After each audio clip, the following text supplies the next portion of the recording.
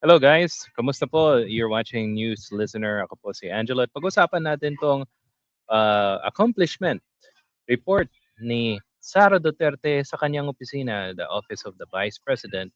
At tignan natin kung ito ba ay katanggap-tanggap.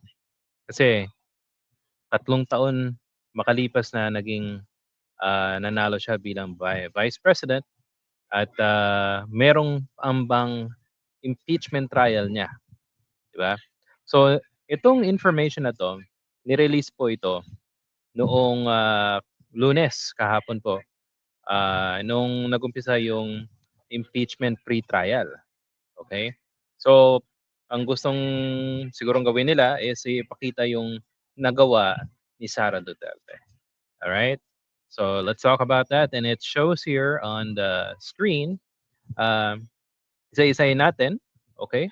At ayon dito, ang first line is 3 million commuters served via libreng sakay. Ito yung libreng sakay na yung bus. I think meron siyang libreng sakay sa mga key cities like Davao, ano pa, Davao, Manila. I'm not sure kung meron sa Cebu. Okay. Next, 1.8 million plus trees planted since 2022. So that means this report is from 2022 hanggang ngayon, 2026. So napakarami ng tinanim na puno pa lang itong Vice President natin. Napaka eco-friendly. Next, 603,751 students given school and dental kits. Oh, okay. That's good kasi uh, halos lumibot itong si Sara Duterte ng iba't ibang lugar sa ating bansa para mamigay ng school supplies, tapos yung mga dental kits, etc. etc. Next, 535,000 plus families aided by disaster operation. Okay, right? Tapos 771,635 individuals given medical assistance. Okay. So siguro tulong sa mga pasyente. 231,604 beneficiaries of RICE or RIICE program and food trucks. Okay. 64,000 plus families given funeral assistance. Mm, okay. At 4,400 plus entrepreneurs supported. Hindi lang natin alam kung magkano binigay niya dito at dito rin kasi walang breakdown. Ano ba dito rin as well as here and here. And this one, we don't know how much yung puno as well as yung magkano yung binigay niya sa mga estudyante. Kasi nga dapat may breakdown how much each, 'di ba? So kung magbibigay ka ng report, factual information para sa publiko, eh dapat at least merong mga numbers kung magkano yung perang ginamit, 'di ba? Kasi nga malaki yung budget ng Office of the Vice President. Well, hindi siya 1 billion per se, but at least hindi siya lower than 500 million pesos. Now guys, ano sa tingin nyo? Itong achievements or accomplishment niya from 2026 to 2022 to 2026. Do you think na okay to? Okay sa inyo? Well, it could be okay sa mga DDS, pero parang may kulang eh. Hindi natin inilagay yung isa sa mga pinaka ah, factor na o isang bagay na hindi na inilagay. Ito, pakita ko sa inyo. Yan. So, VP Sara made 19 trips since July. Entourage travel costs hits 7.4 million pesos. Ito, nakalimutan ni Sara Duterte ito, di ba? Ano pa?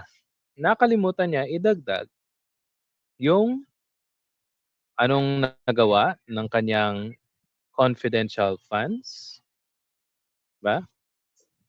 Anong nagawa, confidential funds ng Office of the Vice President at yung sa DepEd. So, pakita ko lang. Yan. So one of the reasons na inimpeach si Sara Duterte ay mismong pag misuse ng confidential funds na umaabot ng 612.5 million pesos. Ito ay kombinasyon ng Office of the Vice President at ng Department of Education nung the Education Secretary siya. So, hindi natin nalaman kung anong nangyari doon sa confidential funds. At yan ang isang napakalaking rason kung bakit inimpeach itong si Sara Duterte. So, kung magbibigay siya ng achievements, kaso hindi niya ilalabas o isasabi kung ano nangyari doon sa confidential funds ng dalawang opisina, anong ibig sabihin nun? Ang ibig sabihin nun, hindi kumpleto ang kanyang pagiging transparency sa publiko. At that is also a bad thing. Bakit? Kasi nga, pwede itong lituhin yung ibang Pilipino na hindi pa alam kung anong ginagawa ni Sara Duterte. Alam ng mga anti-Duterte at mga maka-Duterte kung anong ginawa ni Sara Duterte. Pero yung mga hindi pa po familiar sa mga ginagawa ni Sara Duterte, baka mabudol. So dapat, kung ano po yung mga ginawa niya, whether it's good or bad, kailangan po nating ilahad. O, di ba? Now, ayon sa isa sa mga kritiko, okay, ng mga Duterte, si Ma'am Shelo Magno, ayon sa kanya, ganito yung pangarap kong gobyerno sa barangay level. Imagine niyo 3 million for how many years? 2022 hanggang ngayon. Ganun lang, 3 milyon. Ang liit.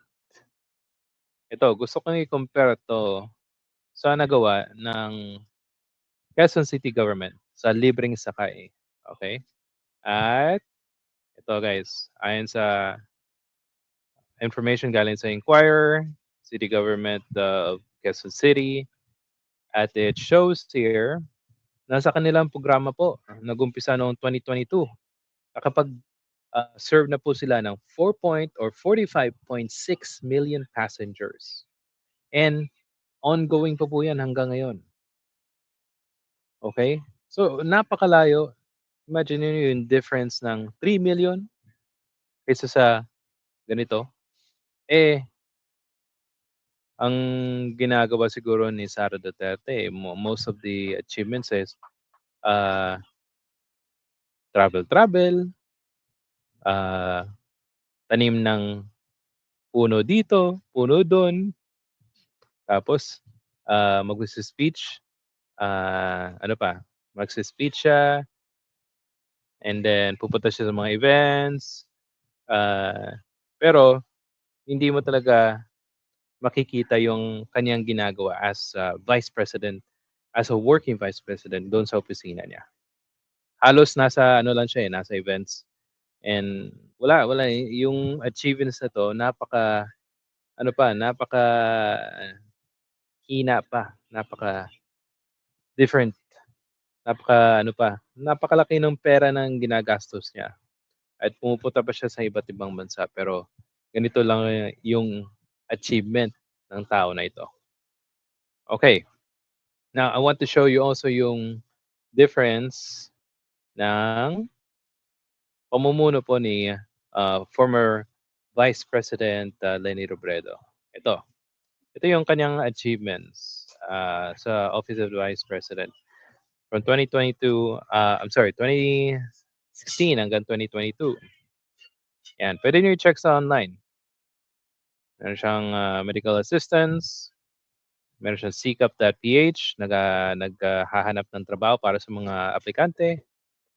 Ano pa? Services, yung COVID-19, 610 1,837 na natulungan. Bayanihan. O yan, yung online konsulta. Workers na tinulungan ng na-stranded. Yan, swab. Ano pa? Ito, meron pa sa baba. Yung Angat Buhay o na-organisa na pala ni Vice President, ni former Vice President. Way back um, 2016 ata yung yung Angat Buhay. At meron silang partner 372 organizations at 520 million na resources na na-account at nakita po ng mga organizations na ginamit talaga ng mabuti. Yun. At not only that, meron po silang ano pa, other programs. Yun, livelihood. Yan. Bayanihan Eskwela and Bayanihan Mart. So, sa maliit na budget ni Lenny Robredo po, nakapagbigay serbisyo siya sa mga Pilipino. Kaya nga, kung ikukumpara po yung achievement ni Sara Duterte kaysa um, Ma'am Lenny Robredo, napakalayong layo talaga. Alright? So, yun na po. Guys, kung meron po kayong komento, suggestion sa ating video, paki-comment po sa comment section. Kung nagustuhan niyo po ito, please hit the like and subscribe button. Salamat and talk to you soon. Thank you.